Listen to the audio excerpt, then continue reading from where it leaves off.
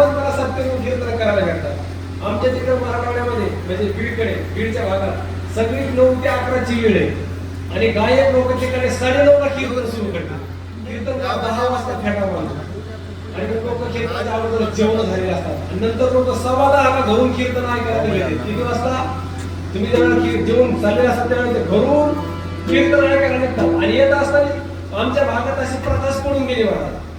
काही काही गावाची अशी प्रथा होऊन गेलेली, लोक घरून कीर्तन ऐकायला कीर्तन मंडपाकडे निघाले ना, इकडे बघा माझ्याकडे कीर्तन ऐकण्यासाठी जर मंडपाकडे निघाले तर घरून निघतानीच एक डोळा झाकीत येतं, मंडपाकडे दोन्ही डोळे झाकून. अशा लोकांना काय तत्वज्ञान सांगायचं आणि वातावरण चांगलं. या भजनाची साधना करणाऱ्या महात्म्यांनी सप्ताहाच्या आयोजक मंडळींनी हे वातावरण एकदम ताजं वातावरण ठेवले.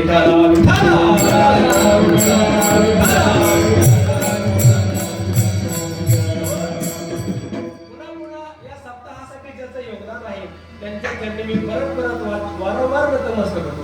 कारण महत्वाची गोष्ट आहे, कोणताही चांगलं कार्य करत असताना बरं का योगेश्वराव, त्या कार्यासाठीच जास्त प्रतिबंध असतात. उपनिषदाने असं सांगितलंय, श्रेयावशी बहुनी विघ्नानी. चांगल्या कार्यासाठीच विघ्न घालणारे माणसं असतात, पण शहाणे माणसं ते असतात. शास्त्राने असं सांगितलंय, कोणताही धार्मिक कार्य असू द्या, त्या कार्यामध्ये विघ्न करणारे माणसं असतात म्हणजे असतात. हा शास्त्राचा एक नियम आहे. आणि चांगल्या कार्यामध्ये तर ते येतच असतात. असे काही लोक असतात की त्यांना ते त्यांचं जीवनच हे विघ्न संतोषी असतात, चांगल्या कार्यामध्ये आडवं पडणं. पण शास्त्रकाराचं एक वचन ध्यानात ठेवा. या सप्ताहामध्ये बरेचसे लोक सांगितले, अहो सगळं गाव सहभागी, पण कोणीतरी पुढाकार घ्यायचा असतो, त्याचं व्यवस्थापन करायचं असतं. एक ध्यानात ठेवा, पुढाकार घेऊन करणारा जो व्यक्ती त्याला अख्खं गाव बोलणार असतो. पण त्याच्यात बोलणारे पण 2 प्रकारचे माणसं असतात. काही काही माणसं समोर येऊन बोलत आहेत आणि काही काही माणसं पुढे बोलत आहेत, पाठीमागे बोलत राहतात, काही नाही निंदा करत राहतात. पण शास्त्रकाराचं म्हणणं आहे, तुम्हाला शास्त्राचं सांगितलं की अडचण नाही होत आहे. काही शास्त्रकाराचं म्हणणं आहे, जे माणसं चांगलं कार्य करण्यासाठी प्रवृत्त झाले त्याचा जर कोणी अपमान केला तर तो व्यक्ती काय विचार करतो, अपमानम पुरस्कृत्य मानम कृत्वाच्या पृष्ठतः सकार्यम उदरेत प्राज्ञा कार्य ध्वंसो ही मूर्खता. शास्त्रकाराने सांगितलं, याचा जर कोणी अपमान केला, जे पुढे होऊन काम करतात तर अपमान केल्याबरोबर त्याची भावना ही असते, आणि स्वीकार आहे. तुम्हाला शिवे देतो ना, मान्य आहे, अपमानाचा तो स्वीकार करतो पुरस्कृत्य. आणि एखादं जर म्हणून आले, एवढ्या घाईमध्ये तुम्ही सप्ताह चालवताय, प्रत्येक वर्षी तुम्हाला कोणी काही बोलतोय तरी तुम्ही एवढं चांगला सप्ताह घडवताय, चांगले कीर्तन काय आणताय, आम्हाला काय नुसतं येऊन बसतो, आम्ही कीर्तन ऐकतो 4 तास असं बोलतात. काही माणसं तुमचा सत्कार केला पाहिजे. तुम्ही सप्ताह चांगला चालवलाय, तुम्ही सन्मानीय व्यक्ती आहात, तुमचं खरं धन्य, तुमचं जीवन चांगलं आहे, तुमच्या कुठेतरी हार वगैरे असं म्हटलं की तो म्हणतो नको, आमचा सन्मान नको. त्यांना जर म्हणून तुमचं कीर्तनात नाव घ्यायचं तर ते म्हणतात, नाही महाराज आमचं कीर्तनात नाव घेऊ नका. त्यांना सन्मान आवडत नाही. म्हणजे मानव गुरुत्व पृष्ठतः अपमानाचा स्वीकार करतात आणि मान बरं का, मान पाठीमागे ठेवून येतात, मान घेत नाही. आणि स्वकार्यमुदरेत प्राज्ञा, म्हणजे हाती घेतलेला हा भक्ती उत्सव प्रत्येक वर्षी न चुकता जे सुरू ठेवतात. शास्त्रकार सांगतात ते प्राज्ञा म्हणजे शहाणी माणसे. आणि कार्य ध्वंसो ही मूर्खता. या सप्ताहासाठी कार्यासाठी प्रतिबंध निर्माण करणारे जे माणसं असतात, शास्त्र सांगते ते मूर्ख माणसं असतात.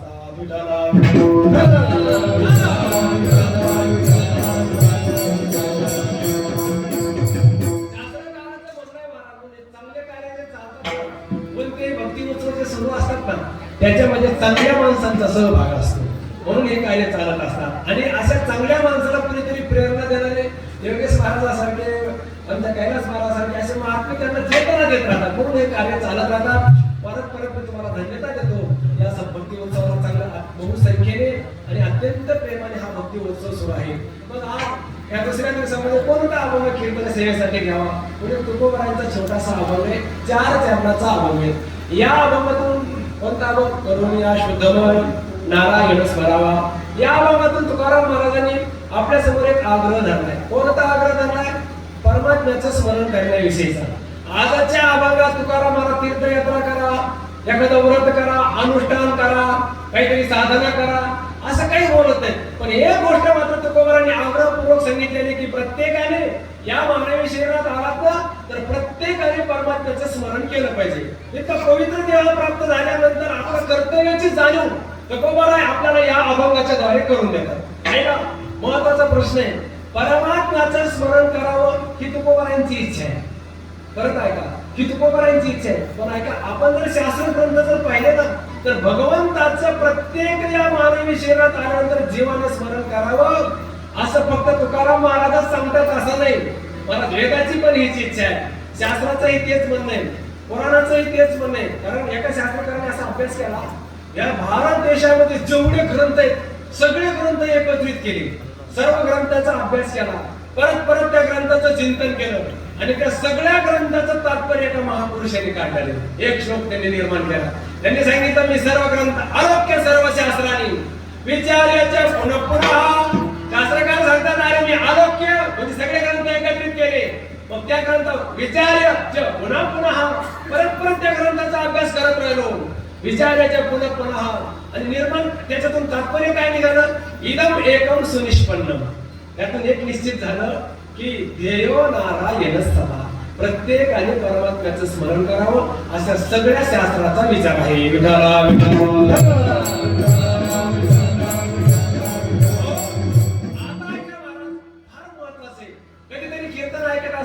कीर्तनाचा आणि साक्षात्माचा संबंध आहे असं दोन कीर्तन ऐकलं तर एका कीर्तनाने आपला उद्धार होऊ शकतो. हे साधू संतांचे शब्द आहेत महाराज. एक प्रश्न आहे महाराज, काय प्रश्न आहे, जर भगवंताचं स्मरण करावं असं वेदाचं म्हणणं आहे, पुराणाचं म्हणणं आहे, ऋषी मुनीही सांगतात, स्मृती ग्रंथाचाही विचार आहे आणि तुकोबार आपण देवाचं स्मरण करा म्हणतात, तर ही माणसं का परमात्म्याचं स्मरण करत नसावे? ऐका नाही, आता किती गोड काय करून या शुद्ध नारायण स्मरावा, चालही गोड गायली, कीर्तनकार लोकही सांगतात आणि साधू संतांचे प्रमाण पण आहेत, लोक का स्मरण करत नाहीत? त्याचं एक कारण सांगतो. काय कारण आहे? शास्त्रकाराचं असं म्हणणं आहे, एक बृहदारण्यक नावाचं उपनिषद आहे, त्या उपनिषदात असा विचार आलेला आहे, माणसाचा स्वभाव कसा आहे त्यांनी सांगितलं. माणसाचा एक स्वभाव आहे, ऐका, प्रत्येकाचा स्वभाव काय आहे, श्रुतम अपि विचारम विना न अनुष्ठेयम नाही रुद्ररोदनादि श्रुतमिति एवानुष्ठीयते कश्चित्. शास्त्रकाराचं म्हणणं आहे, श्रुतम अपि विचारम विना न अनुष्ठेयम. एखादी गोष्ट ऐकून देखील त्या गोष्टीवर विचार केल्याशिवाय कोणीही त्या कार्यामध्ये प्रवृत्त होत नसतं. हा माणसाचा स्वभाव आहे. बघा, माणसाचा स्वभाव काय, हा स्वभाव आहे माणसाचा. कोणाचा? कार्यामध्ये प्रवृत्त होत असताना त्याच्यावर विचार करायचा, नंतर प्रवृत्त व्हायचं. बघा, तुम्ही अगोदर विचार केला का त्यांच्याकडे पाहायचं का नाही? सगळे त्यांच्याकडेच पाहतात. मला मी शास्त्र सांगतो पाहून त्यांना सगळे पाहून नंतर कीर्तन आहे. किती महत्वाचं सांगतो नव्हतं एकदा असं, कारण सगळे लोक तुम्हालाच पाहू लागले, माझ्याकडे कोणीच पाहिजे. कीर्तन आहे फार महत्वाचं. काय आता एखादा थोडा एखादा श्लोक वगैरे सांगितला, मी पुढे निघून जाईल. आता मी काय सांगत होतो सांगा बरोबर, काय सांगत होतो? कीर्तन. वा, कितीतरी वर्षापासून तुमचं हे उत्तर काढलेलंच आहे.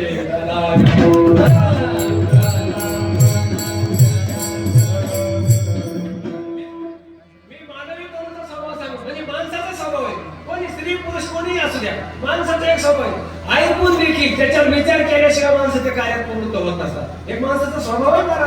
शास्त्राने सांगितलं, तुम्ही म्हणता असं कसं काय? शास्त्रकार उदाहरण देतात, नाही रुद्ररोदनादि रुद्र इति एव अनुष्ठीयते कश्चित् रुद्ररोदनादि. ऐका, एखादा, आता तुम्हाला प्रश्न विचारतो बरोबर, तुम्ही बोलत राहा. एखादा मनुष्य बाहेर गावी गेला, 4-8 दिवस बाहेर गावी राहिलेला आहे, परत स्वतःच्या गावामध्ये आला, स्वतःच्या गल्लीमध्ये आला, गल्लीमधून त्याने स्वतःच्या घरामध्ये प्रवेश केला. घरामध्ये प्रवेश केल्याबरोबर त्याच्या घरातलं तर असं वातावरण दिसलं की लहान थोर सगळे दुःख करत आहेत, दुःखाचं वातावरण झाले, सगळे आक्रोश करतात, रडतात, घरातले लहान थोर रडताना त्याने पाहिले. याला काहीच माहिती नाही. हा अचानक घरामध्ये शिरल्याबरोबर याला ते दृश्य दिसतं, घरातले आक्रोश, एकदम दुःखाचं वातावरण झालेलं आहे, लहान थोर रडताना दिसत आहेत. मग अशा वेळेला हा घरचा करता धरता आहे, जबाबदारी व्यक्ती, हा घरचा कारभारी, मुख्य घर याच्या हातात आहे आणि सगळं दुःखाचं वातावरण पाहिल्याबरोबर, आता तुम्हाला प्रश्न विचारतो, ते सगळं दुःखी वातावरण सगळे रडताना पाहिल्याबरोबर हा रडायला सुरुवात करतो का अगोदर विचारतो? म्हणजे का रडतो अगोदर विचारतो का पहिल्या ते जसं दिसल्याबरोबर रडायला सुरुवात करतो? मी परत तुम्हाला तेच सांगू शकतो, हा बाहेर गावी गेलेला आहे. ऐका, आपल्याकडे वेळ फार कमी आहे, तुम्हाला रडायला वेळ आपली, तुम्हाला उत्तर द्यायला वेळ आणि तुम्हाला प्रश्न विचारायला वेळ आहे, पण तरी पण ऐका परत मला आवड माझ्याशी बोला. काय तुकाराम महाराज सांगतात की शास्त्र असं सांगतंय की तो बाहेर गावून आलाय, त्याला माहिती माहिती नाही, पण अचानक घरातली माणसं रडताना दिसली. मग आता अशा वेळेला तो घरातल्याला काय रडता असं विचार करायला सुरू करणार. बोला माय बाप गरीबाचे काहीतरी नाही फार न म्हणालो. वा काय करायचं बरोबर विचारणार. शहाणा माणूस आहे. अरे काय झालं एवढं रडण्यासारखं, काय झालं, आक्रोश का करता, इतकं दुःख करण्यासारखं झालं काय असं विचारलं. घरातले सांगता आता तुम्ही येण्याच्या पूर्वी 5 मिनिटात असा फोन आलेला आहे, अशी अशी घटना घडलेली असं म्हटल्याबरोबर तो विचार करतो, बापरे गोष्ट भयानक, गोष्ट दुःखदायक झालेली. तो विचार करतो आणि ही गोष्ट दुःख करण्यासारखीच आहे. नंतर तो रडायला सुरुवात करतो. अगोदर विचारतो नंतर रडायला सुरुवात करतो. कारण असा आपला स्वभावाचा एक नियम आहे. जर आपण सर्वसामान्य क्रिया रडण्याची ती करत असतानाही जर आपण विचार करत असाल तर जगद्गुरु तुकोबारासारख्या महात्म्याने सांगावं की परमात्म्याचं स्मरण करत जा. मग याच्यावर अगोदर विचार केला पाहिजे का नाही केला पाहिजे? बोला केला पाहिजे की नाही? मग आता विचार आहे का? विचार 2 प्रकारचा असतो. न्यायशास्त्राच्या दृष्टीने जर विचार केला तर अन्वय व्यतिरेकाचा विचार असतो. अन्वय व्यतिरेक म्हणजे काय? सोप्या शब्दात सांगतो. अन्वय व्यतिरेक त्याला म्हणतात. तुकाराम महाराज म्हणतात देवाचं स्मरण करा, नारायणाचं स्मरण करा. तुकोबाराला आपण प्रश्न विचारायचा, महाराज जर आम्ही परमात्म्याचं स्मरण केलं तर आमच्या जीवनात फायदा काय? आणि महाराज आम्ही म्हणजे हा अन्वयाचा विचार झाला. आणि महाराज आम्ही जर आमच्या जीवनामध्ये भगवंताचं स्मरण आठव केला नाही तर आमच्या जीवनामध्ये हानी काय? या 2 प्रकारचे प्रश्न तुकोबाराला जर विचारले तर तुकोबारा उत्तर देतात, अरे या मानवी शरीरात आल्यानंतर जर परमात्म्याचं स्मरण केलं ना तर ऐका जीवन मंगलमय होणार. भगवंताचं स्मरण केलं तर जीवन सुखी होणार. आणि जर परमात्म्याचं स्मरण नाही केलं तर जीवनामध्ये दुःखाचं दुःख उदयाला येणार आणि अंतकाळाच्या वेळेला नरकाची प्राप्ती होणार. विठाला परमात्म्याचं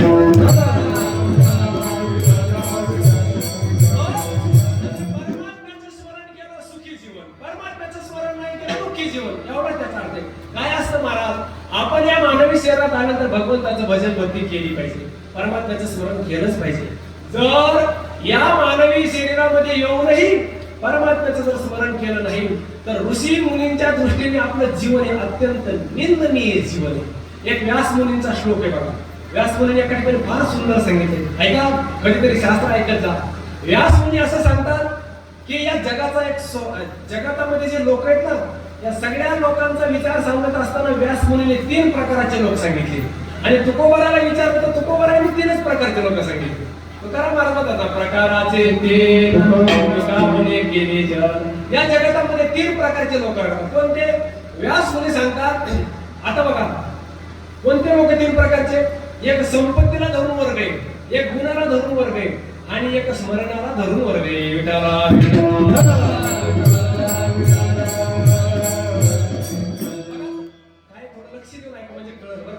व्यास मुनी सांगतात एक लोकांचा स्वभाव आहे. या समाजामध्ये असा एक वर्ग आहे, तो वर्ग काय करतो? केचित वदंती धनहीन जनो जगन्यः, केचित वदंती गुणहीन जनो जगन्यः, व्यासो वदति अखिल पुराणो वेदविद्यः, नारायण स्मरणहीन जनो जगन्यः. व्यास मुनी सांगतात या समाजामध्ये एक वर्ग असा आहे केचित वदंती म्हणजे काही लोक बोलतात, बोला ना, धनहीन जनो जगन्यः म्हणजे ज्याच्याकडे संपत्ती नाही त्याला हीन समजतात, निकृष्ट समजतात. हा एक वर्ग आहे. कोणाला? ज्याच्याकडे संपत्ती नाही त्याला. बघा ज्याच्याकडे संपत्ती नाही त्याला एक वर्ग त्याची निंदा करत राहतो. निंदा कायम निंदा करतो. संपत्ती नसली ना त्या माणसाची या समाजामध्ये निंदा होत राहते. लोक त्याला कायम बोलत राहतात, नावं ठेवत राहतात, कोणी त्याला किंमत देत नाही, त्याला वागणूकही चांगली भेटत नाही. कोणाला? ज्याच्याकडे पैसा नाही त्याला बोलत जावं, ज्याच्याकडे पैसा नाही त्याला काही किंमत नाही. मग महाराज या जगताचा जरी विचार केला तर मान्यता कोणाला?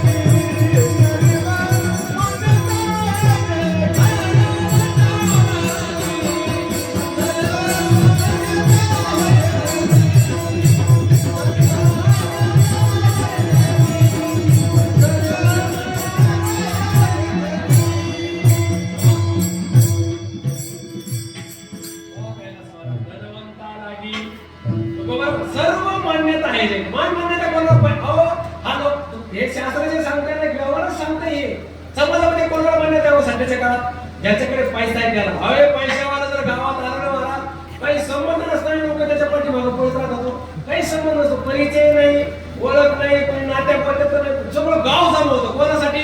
ज्याच्याकडे सत्ता आहे, संपत्ती, ऐश्वर्य, त्याच्याकडे लोक आकृष्ट होतात. एक माणसाचा स्वभाव म्हणून गेलेला आहे. पैशावाला गावात एखाद्या उद्घाटनाच्या कार्यक्रमात आलं, सगळं गाव जमवतं. विनाकारण त्याच्याजवळ जाऊन उभा राहतात. साहेब कसे आहेत काय? ते साहेब व्यवस्थित आहे. साहेब तुमचा नंबर सांगा बघू. त्या साहेबाचा नंबर घेतला. पण दुसऱ्या नंबरवर थांबाव की नाही?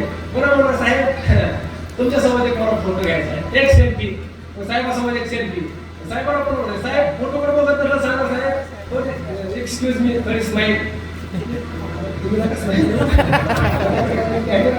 त्यांची स्माईल असं. आता फोटो काढ. कोणासोबत? कोणासोबत फोटो काढला? साहेबासोबत. कोणता साहेब? पैशावाला साहेब. कशासाठी? काय नाही, साहेबाचा फोटो सेव्ह करतात, फोन नंबर सेव्ह करतात. परत पुन्हा 20-25 दिवसानंतर साहेबाला फोन आला, हॅलो साहेब ओळखला का? तेव्हा कोण बोलता तुम्ही? अहो साहेब तुम्ही आमच्या गावामध्ये नव्हते का आले? त्या उद्घाटनाच्या वेळेला, उद्घाटनाचा कार्यक्रम होता त्यावेळेला तुमच्यासोबत एक सेल्फी फोटो काढला होता तुमच्या फोनवर. बर बर बर बर कशासाठी म्हणून केला? काय नाही साहेब तुमची तब्येत ठीक आहे ना? हो तब्येत ठीक आहे. बाकी व्यवस्थित आहे व्यवस्थित. साहेब बोलतात ठेवतो हा, ठेवा ठेवा ठेवा ठेवा.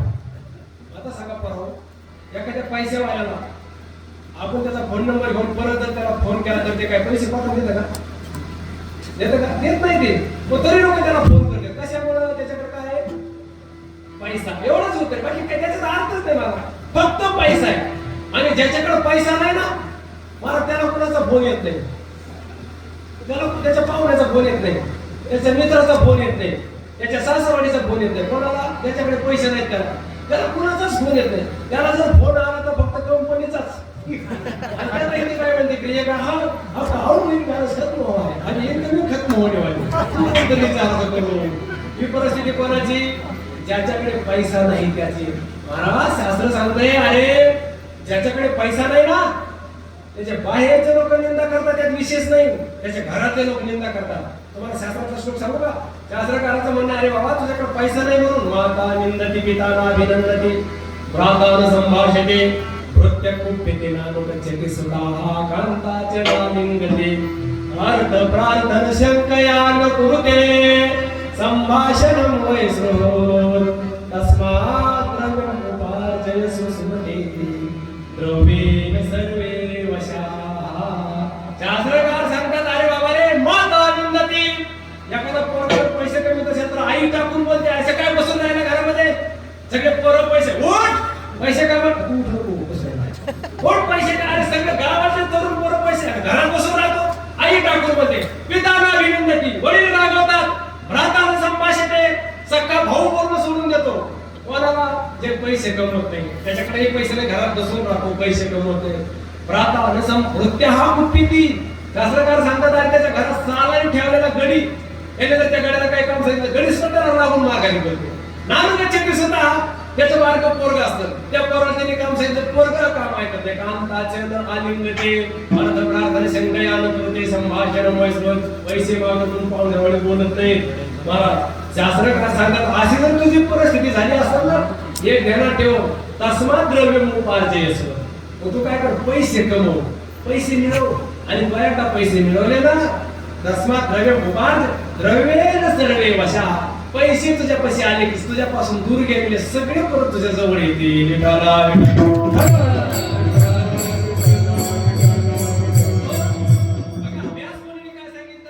या जगतामध्ये केचित वदन्ति धनहीन जनो जगन्य. जगन्य म्हणजे निकृष्ट, निंदनीय. कोण? ज्याच्याकडे संपत्ती नाही तो. बघा संपत्ती नाही त्याची समाजामध्ये निंदा होते. हा एक वर्ग झाला निंदा करणारा. याच्या पुढचा एक वर्ग आहे, तो चांगला वर्ग आहे. कोणता वर्ग? केचित वदन्ति गुणहीन जनो जगन्यः. शास्त्र असं सांगतंय, व्यासमुनी असं सांगतात की काही लोक असे ते गुणवानाला किंमत देतात. संपत्ती आहे, संपत्ती नसली आपण माणूस गुणाचा आहे. गुणवान असेल तर त्याला स्टेज भेटतं, गुणवान असेल तर समाजामध्ये मान मान्यता भेटते. आमच्या तुकोबा सांगतात गुणासाठी तर लोकांना हे गुणवान लोक 7 दिवस आमच्या गावात असावे असं वाटतं.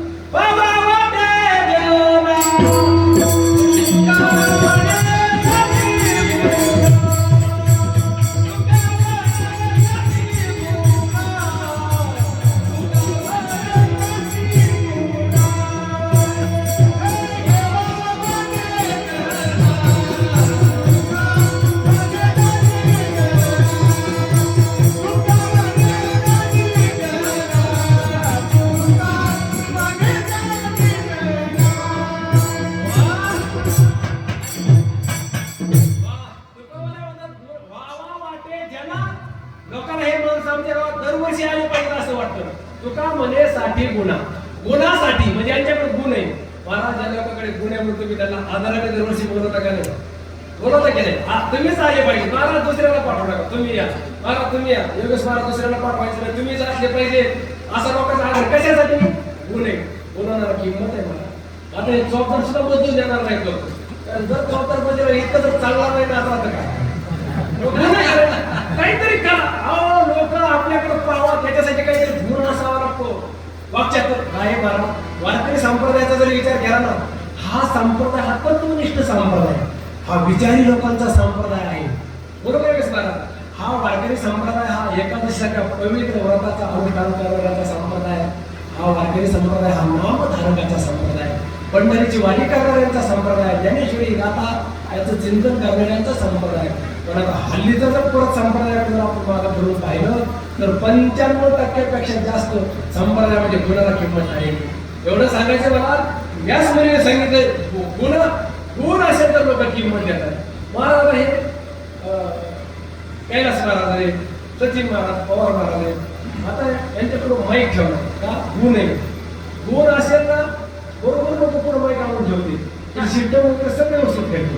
महाराज आमच्या बालाघाटामध्ये बीडकडे अशा काही गावाने काही भजनेत महाराज, स्वर लागत नाही, प्रमाण पाठ नाही, पण माईकची फार अपेक्षा. त्यांच्या समोर जर माईक ठेवला नाही ना, मला तर टाळ टाकून निघून जाते ती. त्यांना उभा करायचा असतो तर महाराज योगेश महाराज बंद पडलेला व्हायला माईक त्यांच्या पुढे माणसं शेवटपर्यंत टाळ घेऊ. महाराज गुण असावा. गुण असला की माईक द्या म्हणायची गरज नाही, माईक देतात. पण गुणाला माईकचा गुणाचा संबंध आहे, माईकचा व्यक्तीचा संबंध नसतो. आता योगेश महाराज पप्पा वाजवतात, किती गोड पप्पा वाजवते. त्यांचा नुसतं पप्पाच गोड वाजवत असं नाही, त्यांचा स्वभावही गोडच आहे. स्वभाव गोड आहे असं नाही, हसतात पण गोडच. किती गोड सर. पण एवढंच नाही योगेश महाराज दोन्ही हाताने पप्पा वाजवतात.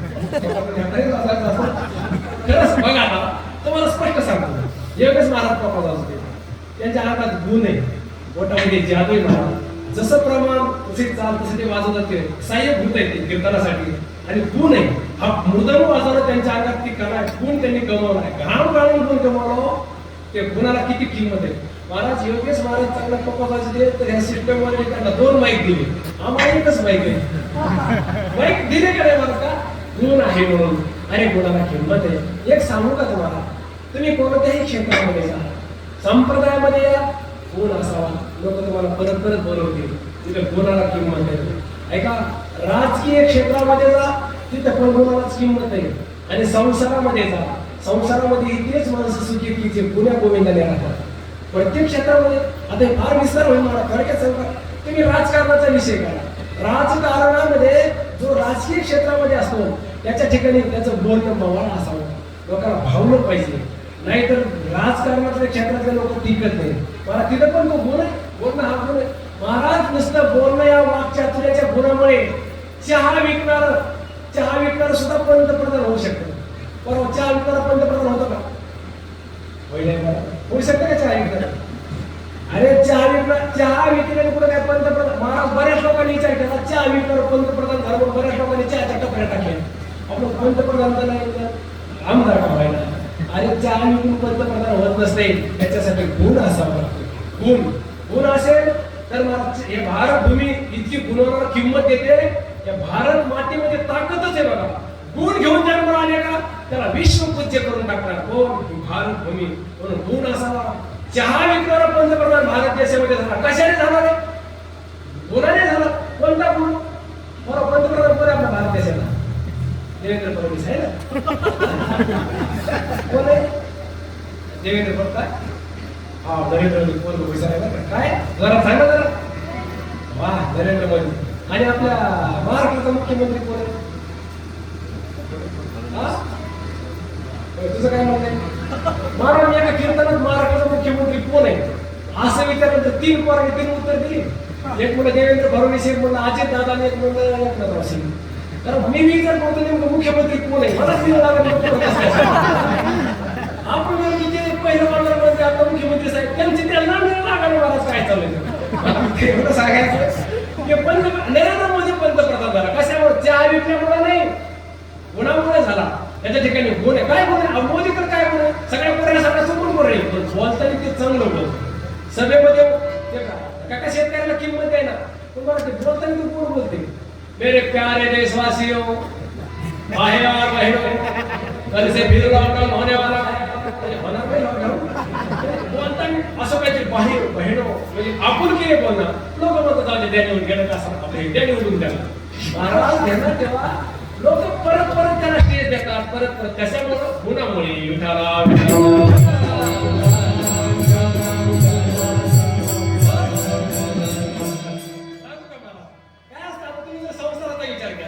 संसारामध्ये गुणाने जर राहायचं असेल तर आमच्या वैकुंठवासी प्रातस्मरणे विठ्ठल बाबा गुरुदेव त्यांच्या मुखातले काही वाक्य. भोले बाबा सांगायचे ज्ञानेश्वरीमध्ये ज्ञानोबाराने अशा काही ओव्या लिहिल्यात की त्या संसारामध्ये घेऊन जावा आणि संसारामध्ये त्याचा प्रयोग करावा. ते संसारातलं जीवन सुखी असणार. कोणती ओवी? तैसे साचा आणि मवाळ तरी आणि रसाळ शब्द तैसे कल्पना अमृताची. ही ओवी परमार्थामध्ये आहे आणि संसारामध्ये ही ओवी घेऊन जावा. मला तर इथे बऱ्याच ठिकाणी आमच्या माता मावल्या बसल्या. त्याच्या बऱ्याच माता मावल्या त्यांच्याकडे सध्या सासू नावाचं पद आहे. यातल्या काही माता मावल्या अशा की त्या सध्या सासू नाही पण भविष्यात सासू होणार आहे. बरोबर आहे का नाही? आता ह्यांची गमत अशी झालेली की आता ह्यांना एक सांगतो मी, तुम्ही एवढी उभी ध्यानात ठेवा. सुनेला बोलत असताना गोड बोला, मग गोड बोला. मला सून तुमचे आयुष्यभर सेवा करेल. सून एवढी वाईट नाही बरं का, नाही चांगली हो सून, पण तुम्हाला सून हाताळता येईल. तुम्ही जर सुनेला सून घरात आल्याबरोबर सुनेला तू घरात आली तिला असं गोड बोला ना, तू घरात आली ना, तू आल्यापासून आमच्या घराचं वातावरणच बदललंय. एवढं बोला तू आल्यापासून इतकं चांगलं वाटतंय. अगं तू आली ना, सुनेला म्हणायचं अगं तू आमच्या घरात आली, आमच्या घरात देवी आल्यासारखंच वाटतंय. असं फक्त श्रीदेवी म्हणू नका, श्रीदेवी म्हणू नका. एवढं आता तुम्ही जर असं बोलले ना, निर्विरोधाने सांगतो वेगळंच मला, तर मला ती सून तुमची रोज सेवा करणार रोज. पण काही काही डंगरे अशा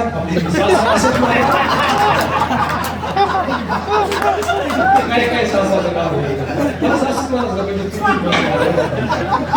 सून घरात दोन शब्दाने नवीन सून दुसऱ्याचं लेकरून नवीन घरी आहे. त्याला कसं बोलावं काय? साधू संतांनी सांगितलं. पण ते लेकरून आपल्या घरात आलं. महाराज एका सासूने सुनेला इम्प्रेशन टाकला. तिने मनात विचार केला फर्स्ट इम्प्रेशन दोन दिवसच लग्न हातात फिटून 2-4 दिवस सुनेला हे सुने काय सुन पहिली बोलत तर ती आली. ती म्हणली काय आता बाई काय म्हणताय? त्या सासूने सांगितलं मग सुनबाई असं मी सगळा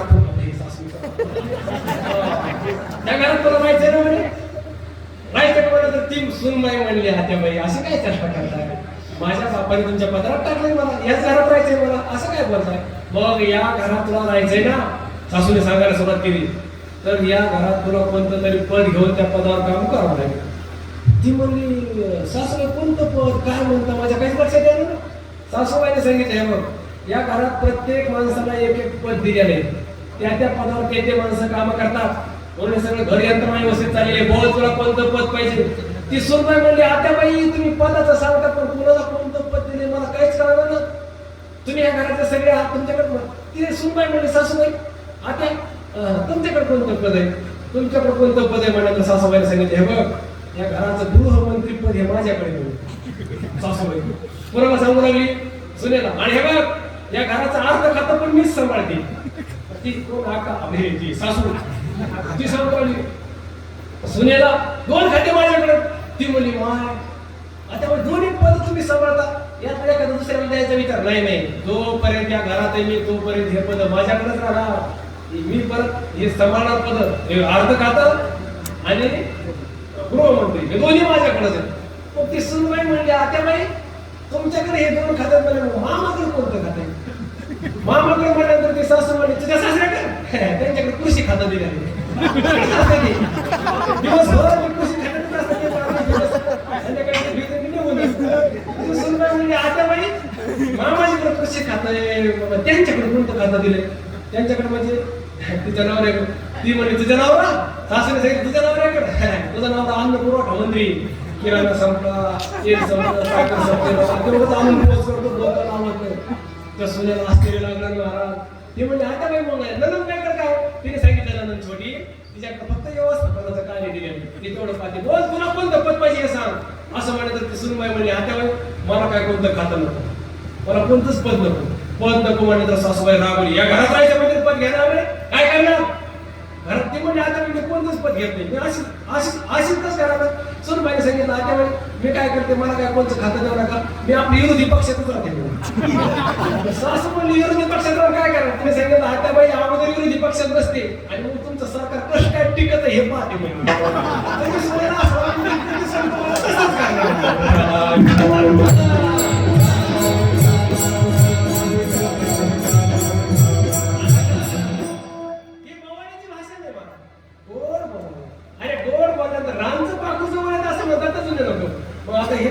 दुसऱ्याच्या घरात पाकू घरात आले तुम्ही जर त्याच्यासोबत चांगली तुमचं आयुष्य चांगलं जाईल. फक्त शब्द हे गुणाचे शब्द असावेत, गुणांना किंमत आणते संसारामध्ये पण ती सुरू होते आणि कधी शब्दाने बोलली नाही सासूची सेवा केली पाहिजे.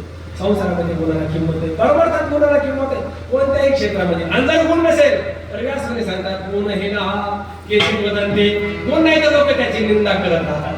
बघा आपण म्हणून गुण पाहिजे. मग आता व्यासमुनी सांगतात की दोन प्रकारचे लोक झाले. संपत्ती नसणाऱ्याची निंदा करणारा एक वर्ग आहे, गुण नसणाऱ्याची निंदा करणारा एक वर्ग आहे. पण व्यासमुनी सांगतात आम्ही त्याला निंदा करत नाही, त्याला हीन समजत नाही. संपत्ती नसली तर नसू द्या त्याला आम्ही हीन मानणार नाही, गुण नसला तर नसू द्या त्याला आम्ही हीन मानणार नाही. पण व्यासमुनी सांगतात आम्ही हीन कोणाला म्हणतो. ऐका व्यासमुनीच्या मुखातलं वचन आहे, केचित वदन्ति धन हीन जनो जगन्यः, केचित वदन्ति कुल हीन जनो जगन्यः. आता हे लोक म्हणतात पण व्यासो वदति अखिल पुराणो वेद विद्यः. व्यासमुनी सांगतात आम्ही कोणाला निंदनीय कोणाला समजतो, हीन कोणाला समजतो तर नारायण स्मरण हीन जनो जगन्यः. मानवी शरीरात आलाय नारायणाचं जर स्मरण करत नसेल तर या जगात एक नंबरचा हीन व्यक्ती निंदनीय आहे. विठ्ठला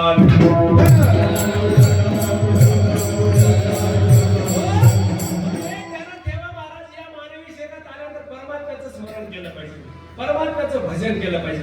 जर परमात्म्याचं भजन भक्ती न करता जर जीवन जगत असाल तर आमचे तुकोबारा आधी करून संत महात्मे त्याची निंदा करत राहतात. पोटासाठी जीवन जगतो, फक्त पोट भरण्यासाठी जीवन जगतो.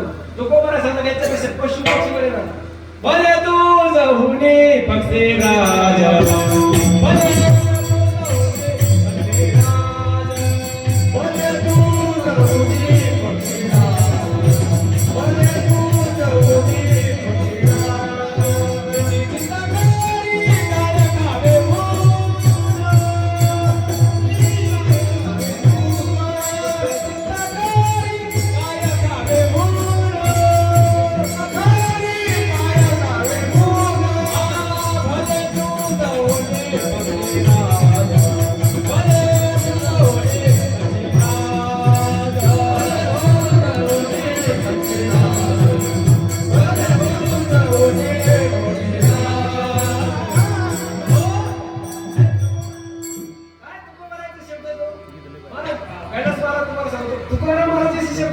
तसा शास्त्रात एक श्लोक आहे.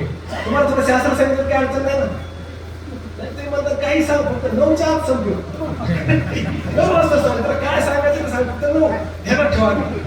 आता बोलतो समोर आहे काय शास्त्रामध्ये एक श्लोक आहे तो आपण उद्देशाने शास्त्रकाराने प्रयोग केला. काय प्रयोग आहे मी शास्त्रातले शब्द पदार्थ बोलत नाही. शास्त्रकाराने सांगितलं यो नरः जन्मपर्यंतम सौदरस्य प्रपुरकः न करोति हरेः भक्तिं स नरः गोपुषः स्मृतः. शास्त्र सांगतंय यो नरः म्हणजे जो मनुष्य जन्मपर्यंत जन्मल्यापासून मरेपर्यंत सो उदरस्य प्रपूरकः म्हणजे स्वतःचं पोट भरण्यासाठी जीवन जगतो. हे बघा काही बसा. आता मला तुम्हाला प्रश्न विचारतो.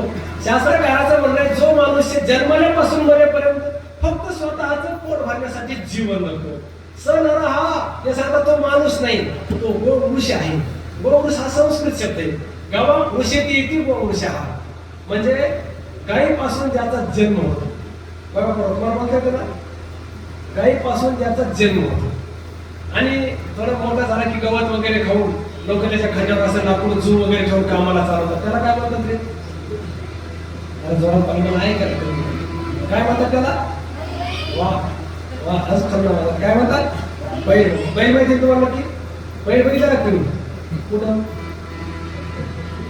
हा हे खेळत मला त्यांना काय अडचण नाही. बघ काय योगेश शहरात कीर्तन करताना अडचणी त्याला मी शहरामध्ये कीर्तन करतो बरं का. संभाजीनगर म्हणजे भागात असा विषय नाही ना महाराज. मी पोराला विचारलं, पोरा तुम्हाला गाय माहिती का? त्यांना गाय माहिती. ते बैल काही त्यांना उत्तर देतात ना.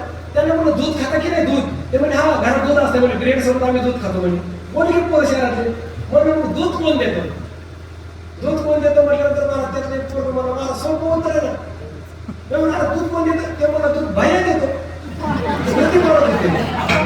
काय माहिती नाही बैल. मला धक्काच बसला मला. मी त्याला म्हणलं तू काय माहिती नाही तुला काय? त्याला मी तुला बैल माहितीये का? बैल परत तुम्हाला बैल माहिती ना? नक्की कोण आहे बरं माहितीये का? आणि खेळायची ध्यानाला विशेष मिळतो. त्या पोराला मी विचारलं बैल माहितीये का?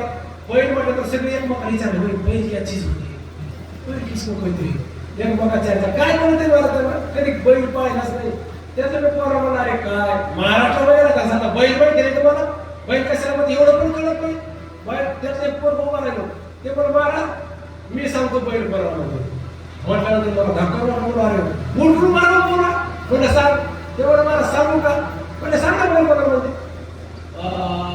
तेवढं मला सांगू का? मी परत म्हणाले सांग ना. ते मला महाराज बैल ना बैल पप्पाला म्हणते पप्पाला म्हणून पप्पाला बैल बरोबर म्हणून असत काय बरं पप्पाला बैल म्हणते का? मला ते म्हणून मला खोटं बोलतोस म्हणलं खेळ करत पुढे पप्पाला पुढे बैल म्हणतात का? ते म्हणलं महाराज माझ्या मम्मीने सांगितले कोणाला खोटं बोलायचं नाही आणि तुम्ही ते कीर्तन करायचं तुम्हाला कसं काय खोटं बोलून पण गोष्ट खरी म्हणला पप्पाला बैल म्हणते. कसं काय असतं पप्पाला बैल म्हणते काहीतरी आधार पाहिजे ना.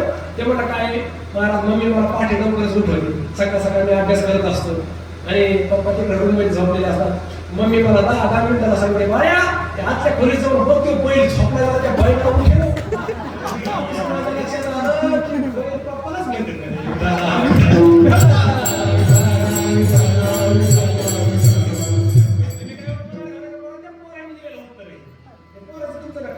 आता तुम्हाला प्रश्न विचारतो काय तुम्हाला बोलता सांगा जरा काय शास्त्रकाराचं म्हणणं आहे जो मनुष्य या मानवी शरीरात जन्मल्यापासून मरेपर्यंत फक्त खाण्यापिण्यासाठी जीवन जगतो. शास्त्रकार सांगतात तो माणूस नाही तो कोण आहे? बैल आहे बैल. शास्त्राची भाषा आहे माझी नाही. तो बरोबर खरं सांगा एका बाजूला बैल आणि एका बाजूला माणूस जर समोर असे उभा केले दोघांकडे पाहिलं तर दोघं सारखेच दिसतात का? दोघांमध्ये फरक दिसतो. जरा काय दिसतो? फरक आहे. काय फरक आहे? बैलाला किती पाय असतात? वा. माणसाला किती असतात? वा. बरोबर विचार फरक आहे का नाही? पायात फरक आहे का? बरं. बैलाला किती शेंगा असतात? बरोबर. माणसाला किती असतात?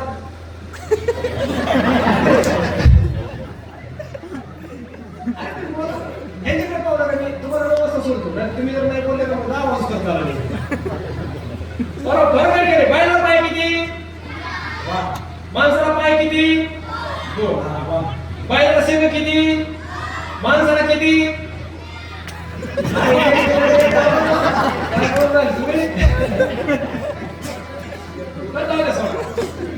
आणखी प्रश्न आहे फरक आहे ना. अरे कुणी सांगत दोघात फरक आहे? बैल आणि माणसामध्ये फरकच आहे. असं किती जरी गाव म्हणून सांग त्याला बैल बरं पण आम्ही म्हणायला तयार फरक दिसतो मला. बरं बैलाला ते पाठीमागं मासे वगैरे होण्यासाठी जे असते ते काय असते म्हणजे त्याला शेपूट. बैला किती शेपूट असते? माणसाला असते का? नाही बघा विचार करा नाही तर सोमशे आपण आताच चेक करून बघा. आता मी तुम्हाला सोपं सांगतो आणि पोरासाठी बोलू बरं बरोबर. आता शेवटचे विचारू का? तुम्हाला उत्तर देता येईल का? वा. बरोबर विचारलं का? जाऊ त्यांच्यासाठी थोडं बोललं पण काय झालं महत्वाचेच महाराज. बैलाला पाय किती? माणसाला पाय बैलाला सिंगल माणसाला नाही. बरं ते बैलाला आपण धरण्यासाठी नाका होते त्याला काय म्हणते? काय म्हणते इकडं? Yes sir. वा. येस सर बरं का? आता तुम्ही उत्तर का? बैलाला किती येस असते बरोबर? किती? हे काय म्हणते बाहेर पाठी बसता का म्हणजे आमच्या जवळ काय बैलाला किती येस असते? एक. वा. माणसाला येस असते का? नाही म्हणाले. तुझं काय नाव आहे? वा. काय नाव आहे? शुभम. वा. गाव कोणतं तुझं? हा इथंच काय? शुभम. नाव काय? शुभम. हुशार आहे ना दिसायला पण शुभम चांगला आहे. शाळेत किती शुभम? शाळेत आपण कितीच्या वर्गात आहे? हा? 6वीला. शुभम गावामध्ये 6वीला. अरे वा. पण शाळेत जातो ना? वा. शुभम तुझं लग्न झालंय का? कसं असतं मला आपण सोडशे लग्न झालंय का? तुला काय लग्न झालंय का? लग्न करायचं का तुला? नाही. इथं कीर्तनात जर लग्न करायचं नाही म्हटलं तर लग्नच होणार नाही. आता मोठं झालं लग्न करायचं का नाही? करायचं. खरं योगेश महाराज शुभम चांगला माणूस भेटला. शुभम अरे खरं सांगू का शुभम सारखा जावा आहे भेटला प्रश्न आहे ना. दिसायला कोण घुमतंय हसत आहे शुभम चांगला माणूस आहे. खरं सांगू का शुभम तुला लग्न करायची इच्छा आहे. खरं म्हणजे तुला मीच जावा करून घेतला असतं पण माझंच झालं नाही.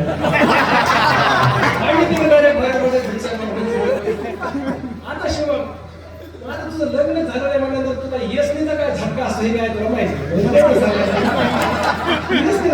जुने लोक म्हणतात आता कसा येसनीचा लाव जुन्या लोकांचा शब्द असतो. त्या विषय सोडून द्या सगळं विसरून जा. मला एक प्रश्न विचारायचा आहे.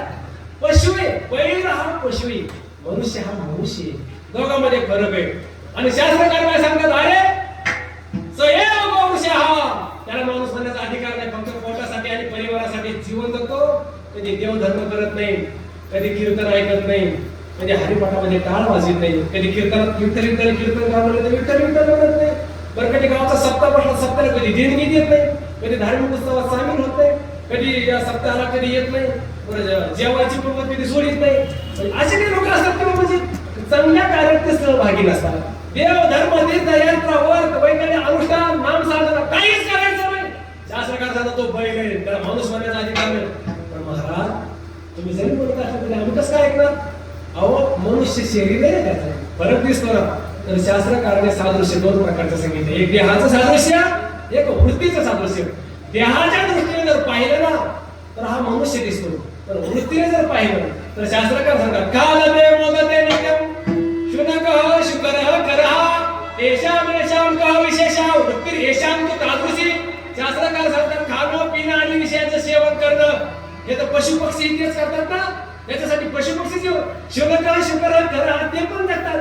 आणि तेवढ्यासाठी हे शरीर एवढं पवित्र शरीर जर त्या खाण्यापिण्यासाठी विषयाचं सेवन करण्यासाठी जर खर्च करत असेल तर तेषां येषां कः विशेषः वृत्ती ही देशांत तादृशी. त्याची वृत्ती जर त्यांच्यासारखी असेल तर माणसात त्यांच्यात काहीच फरक नाही.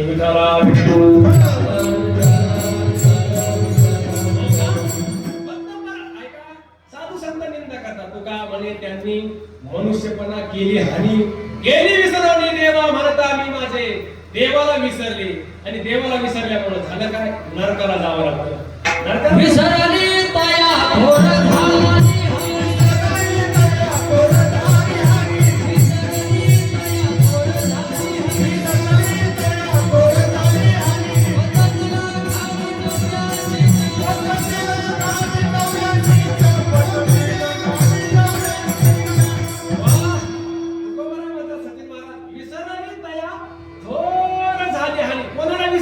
देवाला विसरले हानी करून घेतली. देवाला विसरले ऋषी मुनी पशुतुल्य जीवन समजतात. देवाला विसरले व्यासमुनी निंदा करतात. देवाला विसरले नरकाला जावं लागतं. फक्त देवाला विसरल्यामुळे देवाचं विस्मरण झालं नरक चुकणार नाही. महाराज देवाच्या विस्मरणाने जर एवढी हानी होत असेल थोर हानी जर होत असेल तर महाराज देवाचं स्मरण केलं पाहिजे. देवाचं विस्मरण करणाऱ्याची संत निंदा करतात. पण देवाचं स्मरण करण्याविषयी संतांचे काही उद्गार आहेत का? तर ऐका जे देवाचं स्मरण करतात ना आमचे तुकोबा आहे, आमचे ज्ञानोबा आहे, आमचे नाथ बाबा त्यांचं स्मरण करतात. अरे जे देवाचं स्मरण करतात धन्य महाराज जन्मले संसारी जे ध्याते निरंतरी नारायण. नारायण गाय नारायण ध्याय धन्य त्याची माय प्रसवली प्रसवली तया कुळाचा उद्धार. त्याची आई धन्य वडील धन्य तो धन्य त्याचं जीवन धन्य कोण? तो नारायणाचं स्मरण करतो. महाराज देवाचं स्मरण करणाऱ्याला संत महात्मा धन्यता देतात. देवाचं विस्मरण झालं तर त्याची निंदा करतात, शिव्या देतात, खाली येऊन बोलतात. देवाचं स्मरण केलं पाहिजे. ठीक आहे महाराज आम्ही देवाचं स्मरण करायला तयार आहोत. तुम्ही आम्हाला सांगितलं विस्मरण झालं तर हानी होते, स्मरण केलं तर धन्यता प्राप्त होते. आम्हाला असं वाटतंय महाराज की देवाचं स्मरण करतो संत महात्म्याने आम्हाला धन्य बनावं. आम्ही महाराज देवाचं स्मरण करायला तयार आहोत. पण तुकोबाराय आमचा एक प्रश्न आहे. काय प्रश्न आहे? आम्ही देवाचं स्मरण आजपासून ठरवलंय. उद्याच्याला रानात गेल्यानंतर आम्ही देवाचं स्मरण करणार. कुठेतरी आम्हाला जितकी वेळ भेटेल तितक्या वेळेला आम्ही थोडं का वेळ आपण देवाचं स्मरण करायला तयार आहोत. पण महाराज एक प्रश्न आहे. काय प्रश्न आहे? देवाचं स्मरण करायला तुम्ही सांगता, मग ते देवाचं स्मरण नेमकं करायचं कसं हेच महाराज पहिल्या चरणात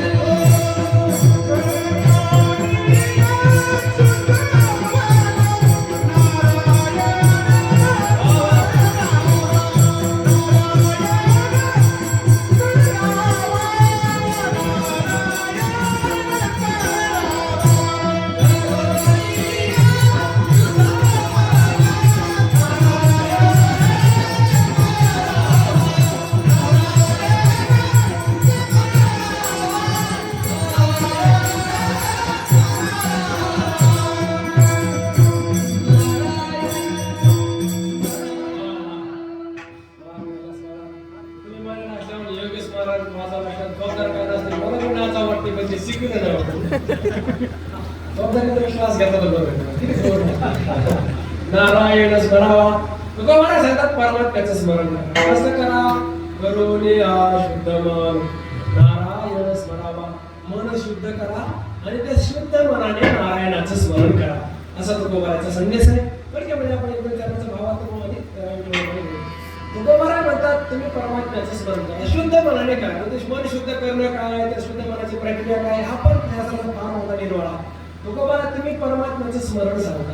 परमात्म्याच्या स्मरणाचे तुम्ही फायदे पण आम्हाला इथून त्याकरता सांगितले. संत महात्मा धन्यता देतात. परमात्म्याचं जे स्मरण करतं आणि पाणी पितं. पाणी पाणीच प्यायला गेलं संपलं कीर्तन. चौकार चाललं का मला वाटलं माझं काय चुकलं नाराज झाले. आता चौदार पेलेत पाणी. मी सांगतो तुम्हाला कहाणी.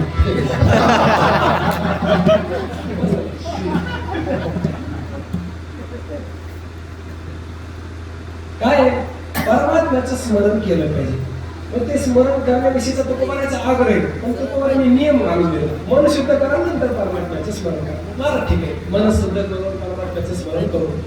पण परमात्म्याचं स्मरण केल्यानंतर सगळ्यात मोठी आम्हाला भीती. कशाची भीती? या संसाराची. या संसार सागरातून तरुण जाणं इतकी सोपी गोष्ट नाही. मला तुकोबारा म्हणतात की बहुत महाविले दूर न लगे चितीर पैल थडी संसार सिंधू हा दुस्तर उल्लंघने उल्लंघिता पार. या संसार उल्लंघन आतापर्यंत कितकं कठीण आहे. असं क्लिष्ट असताना संसार. या संसार सागरातून आम्हाला तरुण जायचे. मला या संसार सागरातून तरुण जाण्यासाठी आम्हाला परत वेगळी काही साधना करावी लागेल का? तुकोबारा म्हणतात वेगळी साधना करायची नाही. तुम्ही परमात्म्याचं स्मरण केलं तरच तुम्हाला तो संसार सागर करून जाणे अभंगाचं दुसरं करा. तरीच हातरी जैसे